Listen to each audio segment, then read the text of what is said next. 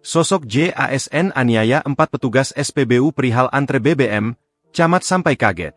Penganiayaan terhadap 4 petugas SPBU di Kabupaten Tuban, Jawa Timur oleh seorang pria mengendarai mobil hitam. Pengemudi mobil tersebut kini diketahui sebagai pria berinisial J merupakan aparatur sipil negara, ASN. J tercatat sebagai staf di Kecamatan Parengan, Tuban, Jawa Timur. Keseharian J sendiri diungkap sang pimpinan yakni Camat Parengan bernama Darmadin Nur.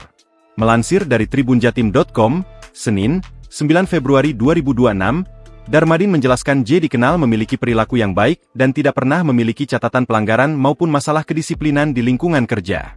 Orangnya selama ini baik-baik saja, tidak ada masalah, dan tidak dalam kondisi mabuk, imbuhnya.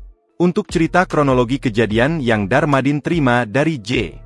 Saat itu, J sedang memiliki keperluan bersama dengan seorang bendahara kecamatan.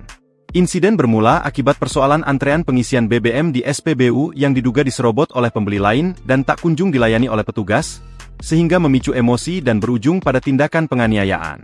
Dari cerita yang saya dapat, antriannya diserobot.